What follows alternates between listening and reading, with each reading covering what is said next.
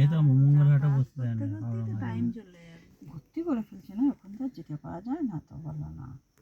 এক তো ওদের মঙ্গলহাটটা বসে বলে আলাদা করে যে দোকান করে দিল, দোকানেও বসছে, আবার মনে করে পুরো ভেতরে ভর্তি হয়ে, ওই বাইরে পুরো ভর্তি হয়ে বসছে।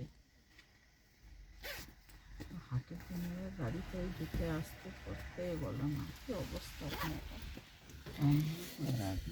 নেটওয়ার্কই নেই। চলো তো বা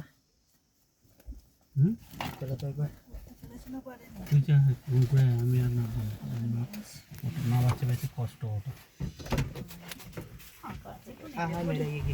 এখন কখন হবে? চল তাহলে আমাদের কিচেনটা খুলে দে দেখি।